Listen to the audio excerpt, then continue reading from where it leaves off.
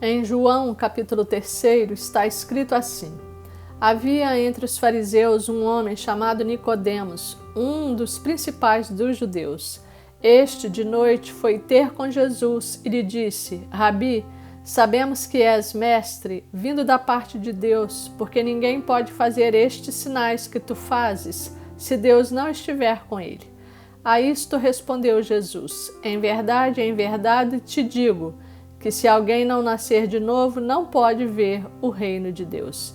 Perguntou-lhe Nicodemos: Como pode um homem nascer sendo velho? Pode, porventura, voltar ao ventre materno e nascer segunda vez? Respondeu Jesus: em verdade te digo, quem não nascer da água e do Espírito não pode entrar no reino de Deus. O que é nascido da carne é carne, e o que é nascido do Espírito é Espírito. Essa pergunta de Nicodemos pode inquietar os corações, mas Jesus Cristo deixa claro que não está se referindo ao renascimento do corpo físico, mas ao renascimento espiritual.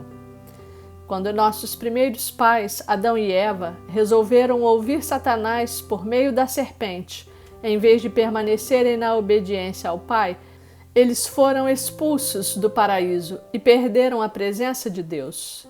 Com o afastamento de Deus, o homem continuou na sua trajetória de degeneração, sendo essa a herança espiritual de pecado e não de santidade que recebemos ao nascer.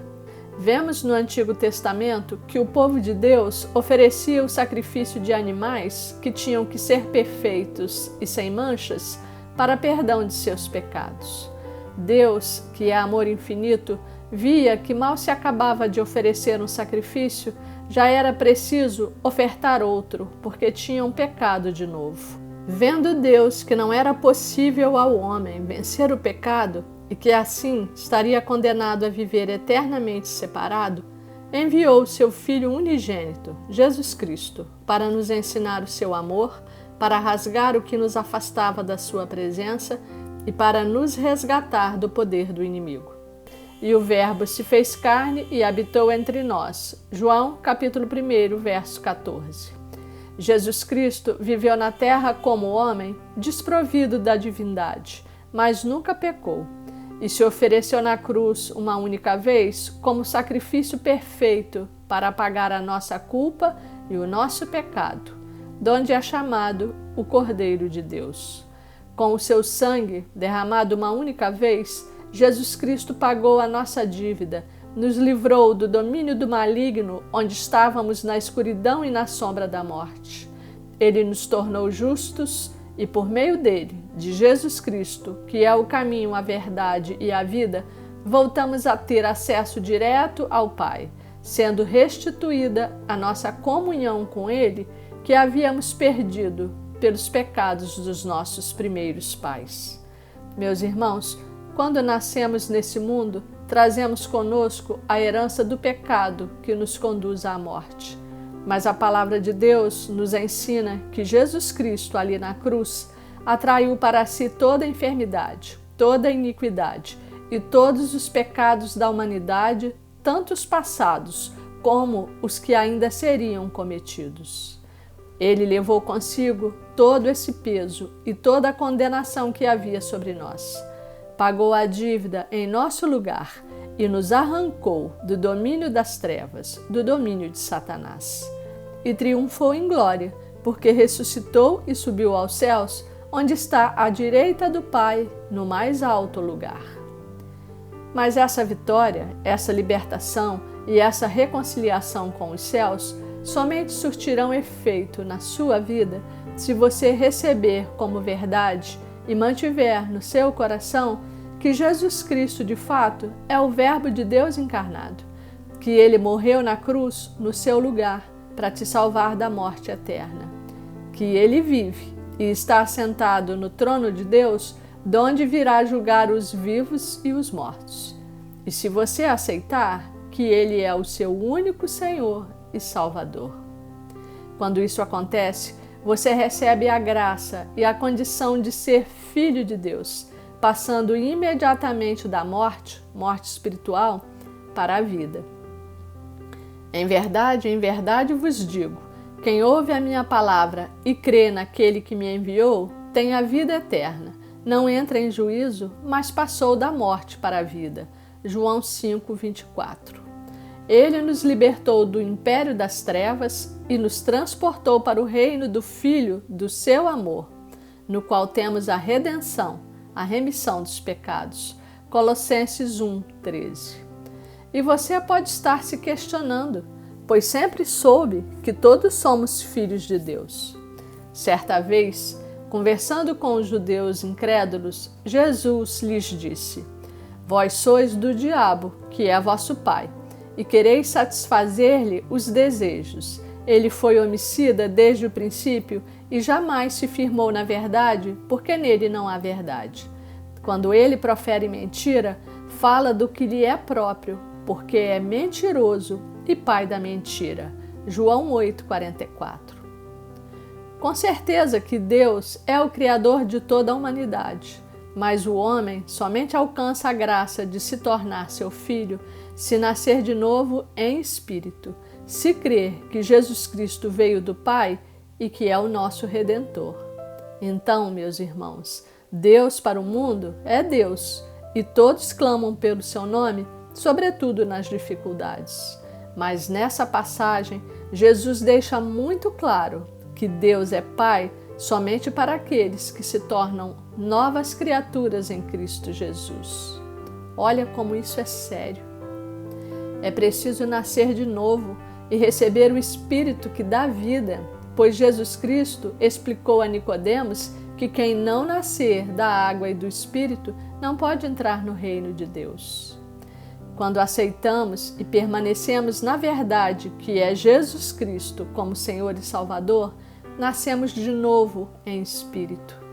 Mas agora, como pertencente à família de Deus, passamos à condição de filhos de Deus e podemos chamá-lo de Pai. E ele passará a agir como nosso Pai.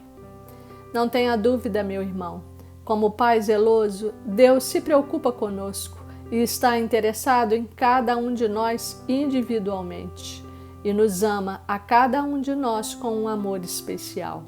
Então, se você ainda não recebeu Jesus Cristo em seu coração como seu único Senhor e como seu único Salvador, faça isso. Tome essa decisão e confesse a Ele essa verdade hoje.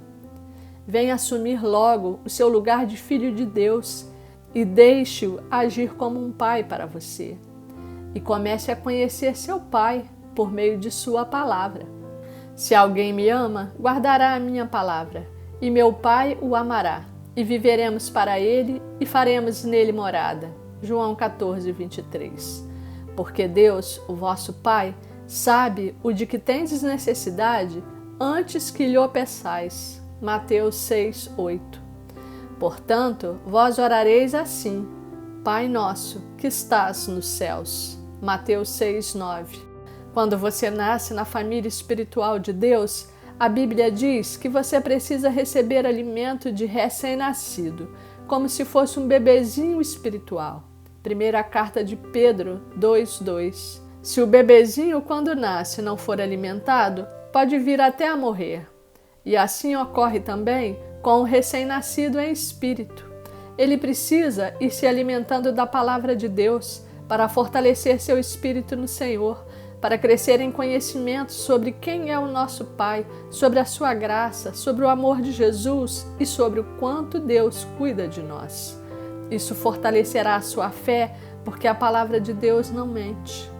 Pela palavra de Deus, sua mente é renovada e você se torna nova criatura em Cristo Jesus. Na verdade, as coisas vão se tornar novas na dimensão do seu espírito, do seu homem interior que vive dentro desse corpo físico. É ele que renasce em Jesus Cristo na família de Deus, que se renova dia a dia, segundo a carta aos Coríntios 4:16, buscando a perfeita união com o Senhor. Jesus Cristo, antes de ser elevado aos céus, prometeu que nos mandaria outro Consolador. E eu rogarei ao Pai, e Ele vos dará outro Consolador, a fim de que esteja para sempre convosco. João 14:16. Naquele dia, vós conhecereis que eu estou em meu Pai, e vós em mim, e eu em vós. Aquele que tem os meus mandamentos e os guarda, esse é o que me ama. E aquele que me ama será amado por meu Pai, e eu também o amarei, e me manifestarei a ele. João 14, 20 e 21. Senhor Deus e Pai, o Espírito Santo já foi derramado, e por meio dele o Senhor habita em nós em santidade, plenitude e poder. Esconde os seus ensinamentos no nosso coração para não pecarmos contra ti. Renova a cada dia o nosso homem interior, fortalece o nosso espírito e faze-nos verdadeiramente novas criaturas em Cristo Jesus. Senhor Deus Altíssimo, renova a nossa mente em Cristo Jesus, Romanos 12, 2. Desperta a verdade dentro de nós, de que somos teus filhos, de que somos a tua morada e de que formamos unidade contigo.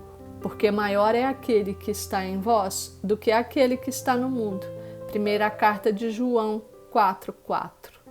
E imprima esta verdade na nossa mente para que possamos resistir e reinar pelo seu poder e pela sua glória sobre Satanás, sobre as enfermidades e sobre todas as forças do mal, e para que possamos experimentar a sua boa, agradável e perfeita vontade em nossa vida. Amém.